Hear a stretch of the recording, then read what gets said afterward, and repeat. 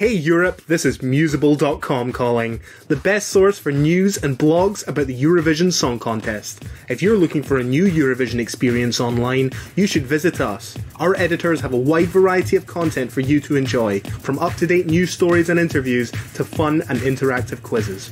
So if you want to know the latest news or just find out what Eurovision country best suits you, we have it all at Musable.com. You are listening to a special episode of Eurovision Legends, where I, your host, Emil Löfström, invites some of this year's participants. Today we're going to get to know James Newman from the United Kingdom and talk about his song Embers, but also, of course, his song from last year and the consolation of the contest. And with him, we have the honor to introduce Her Majesty's funniest ambassador to Sweden ever, Judith Gough. A Eurovision fanatic and diplomat. Just like me. You know, queen, fanatic, diplomat. Take it away.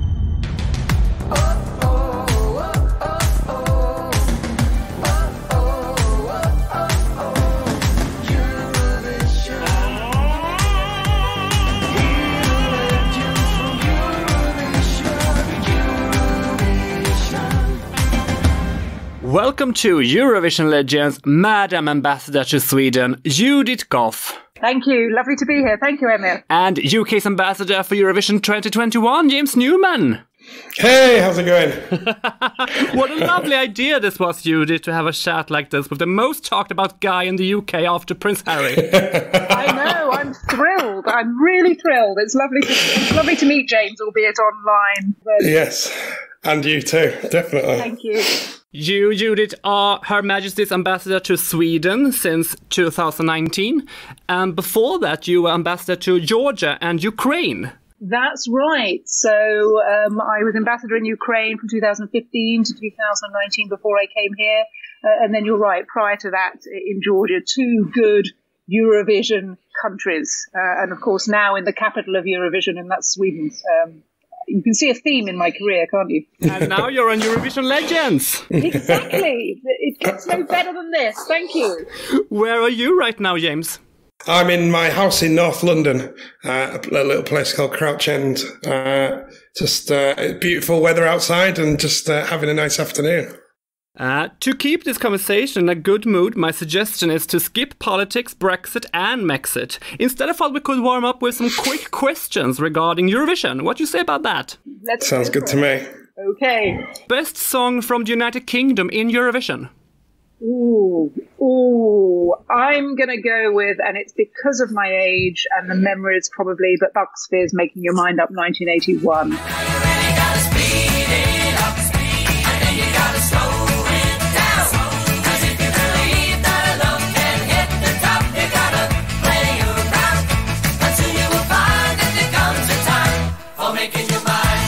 Do you agree, James?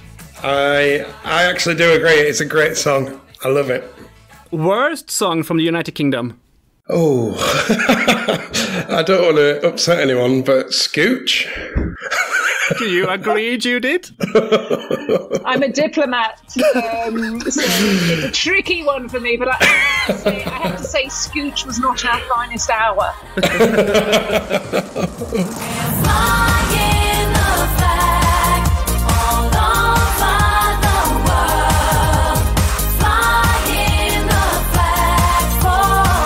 Name drop 3 songs from Eurovision history you really like.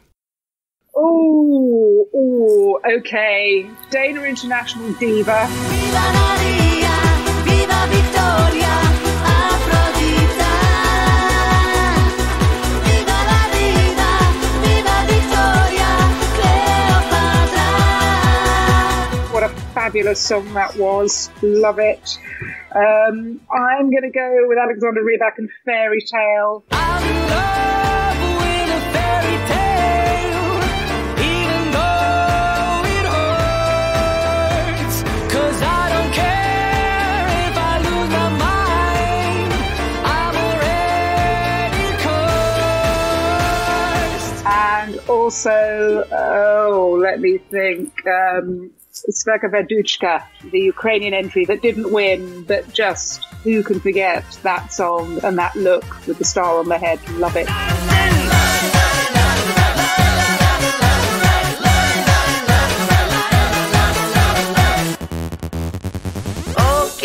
at the end.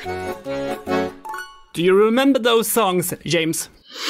That's some great knowledge there, Judith, but I don't know if I can match that. I would say mine are Mons Zemmelhoff, Heroes. We are the heroes of our time, heroes. But we're dancing with the demons in our minds, heroes.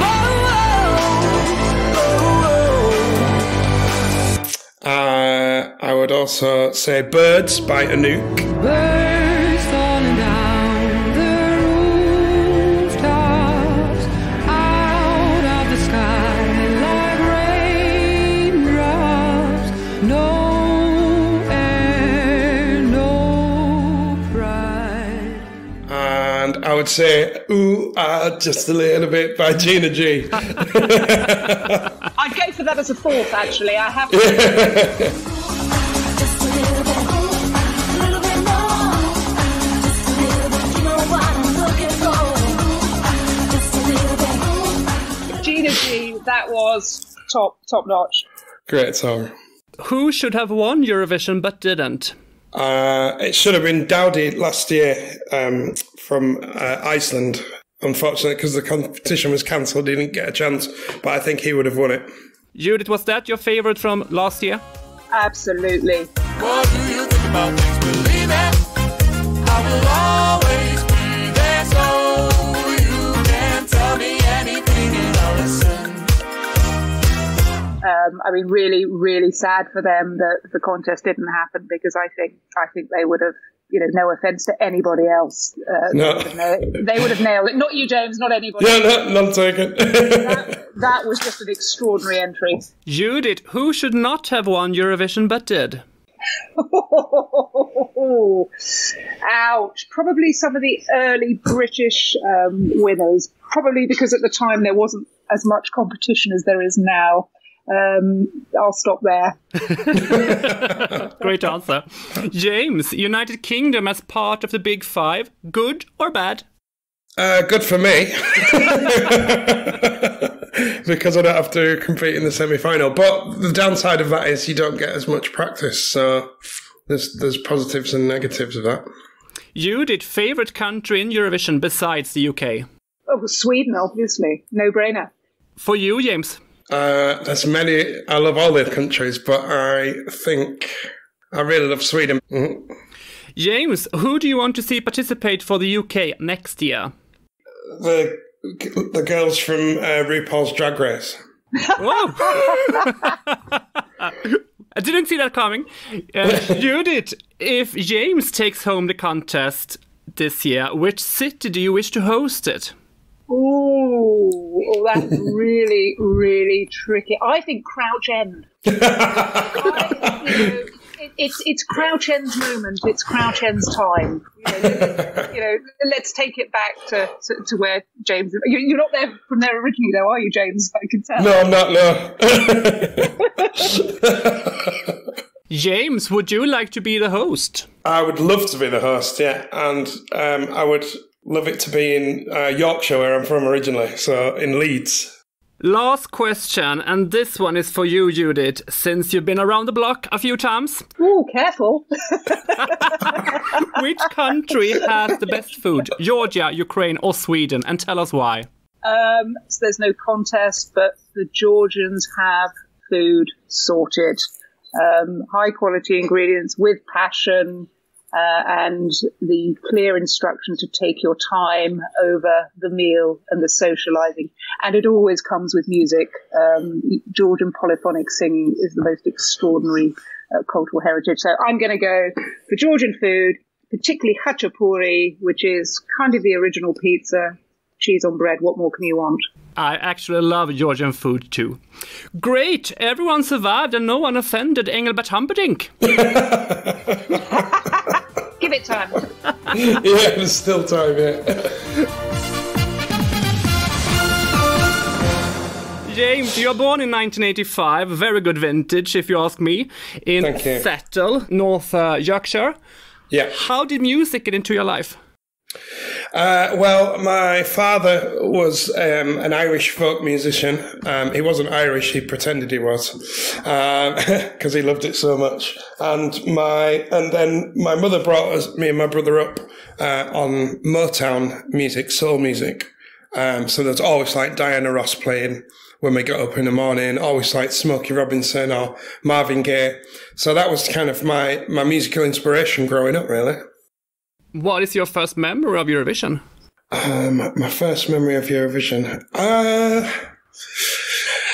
That's a tough one, actually. I think the time that I took it, you know, and obviously you'd watch it all the time, but I think Conchita was the one that when I thought, wow, this is amazing, you know, what a competition, yeah. Judith, you are slightly more vintage than me and James. Yes, but a very good year as well. What is your first memory of the contest? My first memory of the contest is, it's less the music, it's more the commentating, and it's Terry Wogan. So for me, sitting with my parents at home watching it, the music, was hit and miss, I think, at times in the 70s, but the commentary from Terry Wogan throughout the years was always top-notch and brilliantly wry and to the point. And that's a legacy that I think Graham Norton carries on brilliantly. Yeah. Yeah. I know you are a big Eurovision fan, just like me, Judith. How did the interest start? I think, like everybody, you watch it as a child, you enjoy it and you're drawn to it. And I think for me, it was the music. And then I think James is right. It's moments like Conchita Wurst or Dana International, that spectacle, that sense of not just a musical festival that brings in so many countries and has, it's one of the biggest TV events in the world, 200 million viewers, no pressure, James, in the summer. But it's the diversity. It has become from what was quite a small niche competition, it has become so big and so diverse and just so much fun, as well as being about some really serious music and musicians, and gives a chance to showcase talent that wouldn't ordinarily get that kind of audience. In 2016, Ukraine won the contest with the song 1944, sung by Jamala. And Judith, you were the ambassador for United Kingdom to Ukraine that year. I was. What can you tell us about Eurovision in Kiev in 2017? It was quite extraordinary.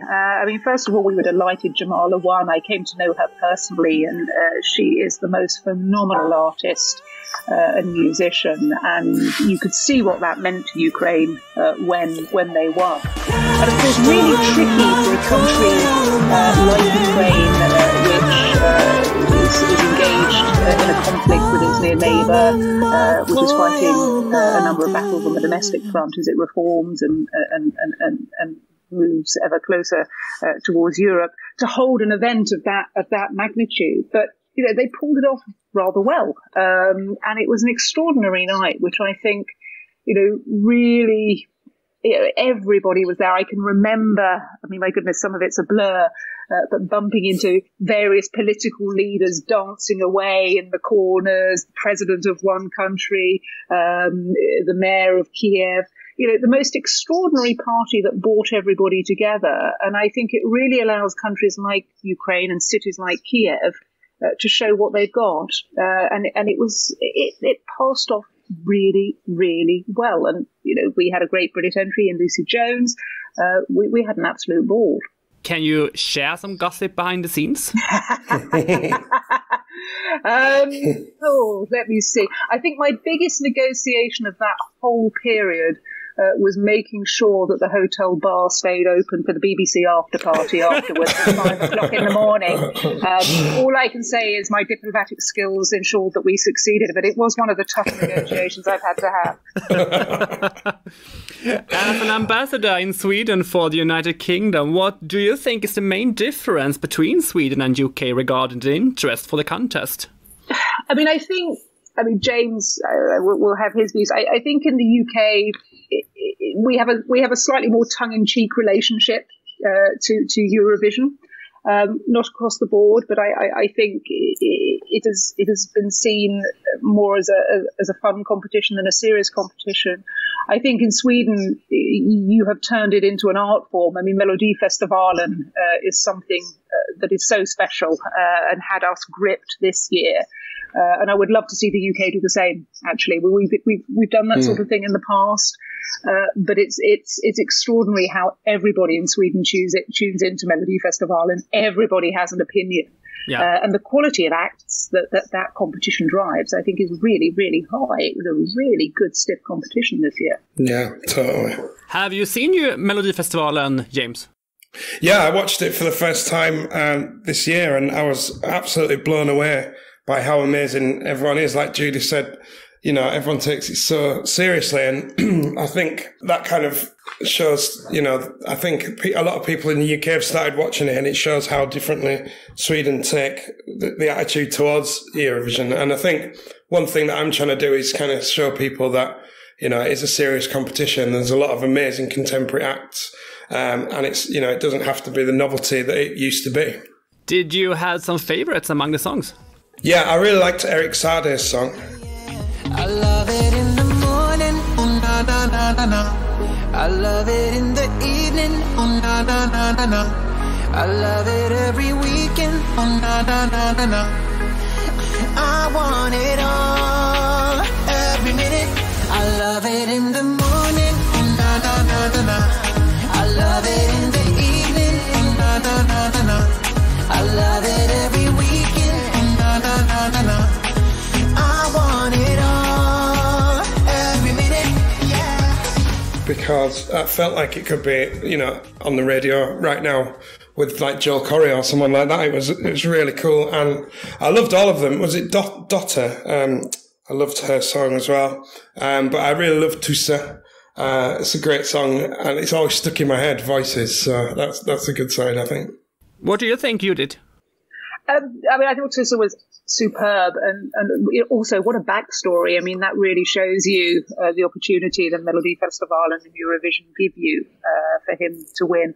I loved Clara Klingenström, Jag behöver inte dig idag. Letar jag mig tillbaks, struntar i alla svar, vill inte vara någon annan, jag behöver inte dig idag. Styrkan som finns i mig gör att jag kan bli fri från dig. Du fick mig att bli någon annan, jag behöver inte dig. I thought that was a fantastic song. But again, I loved the diversity and the quality of the acts. I thought were fantastic, actually. It was a really, really good Melfest this year. Eurovision last year got cancelled due to the pandemic we sadly still live with. What was it like for you, James, to accept that it wouldn't be a competition? I was heartbroken because I'd worked so hard, and I thought I was going to be singing on the stage in front of 180, 200 million people, and the response had been really good from everyone in the UK and in Europe. And Glastonbury Festival got cancelled, and I was like, it's going to be Eurovision next. And I knew it had to happen to keep people safe. But obviously when I heard, I was like, but straight away I was like, I want to do it. I need to do it again next year and kind of finish what I'd started. And I'm just really happy to be going back there again this year. We take a listen to your song from last year titled My Last Breath. If we were deep sea divers, and no one came to find us. If you had nothing left, I'll give you my last breath. I'll give you my last breath. How did you get the information that it was cancelled? I was driving to the shops with my wife, and I saw an email pop up, so I pulled over and looked at my phone, and it said, you probably all know this, but Eurovision is cancelled, and I was just like, oh no! It was a horrible feeling. I had to take 5 minutes just to let it kind of sink in. Yeah. But you mean you got information when we got information? Yeah, it was around the same time because the EBU made a statement, and obviously they told the BBC, like moments before they announced it. So I kind of found out when everyone else did. Yeah. What do you remember about this, Judith? I mean, I remember feeling, disappointed because, of course, it is the highlight, a highlight of any year. But I think, feeling very, very disappointed for the artists because, having met artists in the past when they come, for example, Lucy coming to Kiev, you know just how much preparation goes into this. And just how much, an artist has to really psych themselves up for the biggest audience, perhaps, that many of them will ever get. It's a huge audience. Yeah. And, I really, really, really felt for them. And, I'm just delighted that James is able to come back and do it this year. I think that's great. And with such a good song too. Thank you. Your song from last year was composed by you, Ed Druitt, Adam Argyle, and Ian James. And That's Ian right. James won for Azerbaijan in 2011 with the song Running Scared. Yes. You said here before it was a no-brainer to say yes when they asked you to represent UK again this year. Yeah, that's right. I just felt like I had to carry on. I was so excited to have the opportunity to go and sing on the stage. And obviously I was thinking, if I'm watching it at home and all them people that were meant to be performing last year are doing it again and I'm not there, I'll be so sad. And, I just wanted to go back and have the opportunity with a new song to have another go and hopefully do even better than I might have done before. Yeah. How many songs did you write and choose from? Oh, there was loads. we did a full week of writing at the end of last year when it was safe. In between lockdowns and everyone got tested and masked up and everyone had to stay away from each other. But we did it in a place called Tile Yard, which is a music studios. And we had a full week of writing and Embers was one of those songs. So I think that week we wrote about 7 or 8 and I'd written about 5 or 6 before that for it. So yeah, there was around nearly 20 songs maybe that I'd done. How much say did you have, James? I mean, did the music company BMG and BBC give you full access to decide the song yourself? Oh yeah, well, and obviously, like I wrote the song, every song that I put forward, and my whole thing about doing Eurovision is that I wanted to have complete creative control because it's my artist career, it's my life, so I wanted to decide, but obviously you've got to listen to everyone's opinions. So we had a lot of Zoom meetings discussing the songs and with the label and with the BBC as well, because, the people at the BBC know exactly all about Eurovision and the people at BMG know all about the music industry. And obviously I work in the music industry as well. So it was a team effort to finally choose the song. Yeah. And your song for this year is titled Embers, and it's composed by you, Conor Blake, Danny Shaw, Tom Hollings, and Samuel Brennan. Yes. We take a listen to the song. Out of the embers, you and I are gonna light up the room. Out of the embers, there's a fire burning for you. There's a fire burning for you. I feel it heating. There's still a chance for us. Down here in the ashes, yeah, there's something glowing. Out of the embers, you and I gonna light up the room. Light up the room. I love it actually. I think it feels it's a positive song. Well, it is for me. James is probably going to tell me I've misread it now, but it's that sort of sense of rising out of the embers. I think it's the kind of music we need right now. Yeah. And I think it's a strong song, and I think it sounds a very, very good chance. Thank you very much. That's nice to hear. The process to decide the entry for UK has been several during the years. For example, a national pre-selection of Song for Europe with jury voting, postcard voting and televoting. But in September 2019 it was announced that the BBC would not hold a public selection for the 2020 contest and that BBC Studios would partner with record label BMG. What do you think of this, Judith and James? Is this because of the low interest in the country and the poor results in the past years? I think the BBC wanted to just try a different approach, and obviously having like BMG, who's a record label and a publishing label, and they could find the artist and the song in-house. And I think they just wanted to try a different approach. I think they looked at how the Netherlands had changed their approach from a voting public vote to an internal decision. So I think they just wanted to try something different, and luckily for me, they did. Judith, do you miss A Song for Europe? I mean, look, I think we're lucky because the process we've had this year has given us James, Yes. Which is great.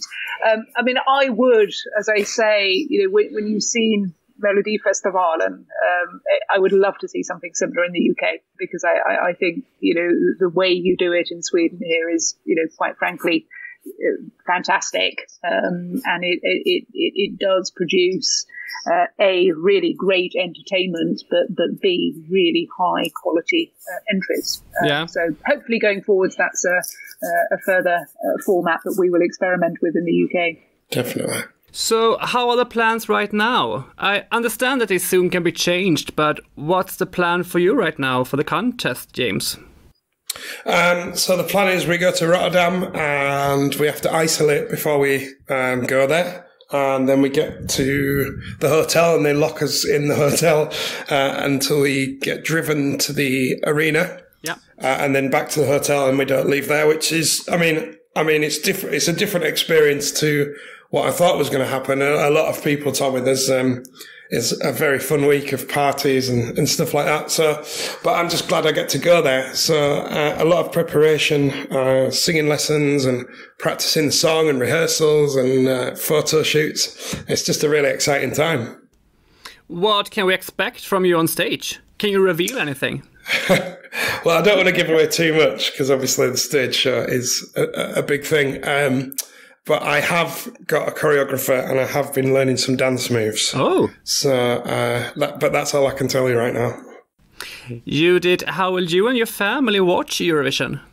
I think that's going to depend on the rules in Sweden about how many people can gather together. I mean, either I like to attend in person, and James is absolutely right. When you attend, it is a week of parties. It's the most. By the time you get to the day of the final, most people are absolutely shredded. So I mean, that's going to be, I think, missing this year. But if I can't attend, then what we usually do is hold a party, often a fancy dress party, have Eurovision up on a big screen, invite as many people as possible, and just enjoy the evening. Hopefully, we'll be able to do that in Sweden this year. But again, that depends on how many people we can legally gather at home. Is your partner a Eurovision fan too? She is, but she's Greek, so it's a bit of a split household sometimes. How expensive is your phone bill after Eurovision? It can be quite expensive, depending on how we're voting and where we're voting from. Since you are in Sweden, I guess you'll vote for James. Of course. Thank you. James, are you bringing any family to Rotterdam? Unfortunately, I can't take anyone with me because of the restrictions and having to, I've got to keep everyone safe, and so it's just a skeleton crew I can take with me, just my glam squad and my rest of my crew. But my family will all be watching at home on the TV. Yeah, definitely. Good luck in Rotterdam, James. Absolutely. Thank you so much. Really appreciate it, guys. Thank you very much. Looking forward to it. And Judith, we must do this again. This was a delight. We must. I already call you my BFF. Yes. And the one thing I didn't mention, which I must, as we're in Sweden, is that one of my favourite ever Eurovision songs was never an entry, but it was the song Peace, Peace, Love, Love in 2016, Petronella and Mons. I loved that, and that is my guilty pleasure. Nice. Fill the stage with light as dancers will join us. The expectations grow. It's time for the chorus. Love, love, peace, peace. For women breaking bread. Peace, peace, love, love. And a man in a handstand beat. Love, peace, peace, love. Make it unforgettable, and you will be the best. And win the Eurovision Song Contest. That was just a fantastic moment which captured the spirit of Eurovision in one song. Yeah, I totally agree. And I cross my fingers for you, James. Thank you so much. It's lovely to talk to you both, and I appreciate the support. Lycka till, as the Swedes would say. Yes, lycka till. Tack så mycket. Great.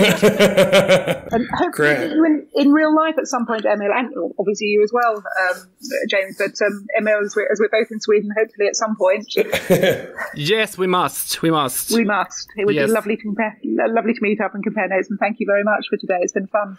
Yes, absolutely. Next time we call Bonnie Tyler. Nice. I don't think I can match up to Bonnie, unfortunately. You may need to readjust the sound settings for that one, I think. Out of the embers, you and I gonna light up the room. Oh yeah, light up the room. Yeah, yeah, yeah. Light up the room.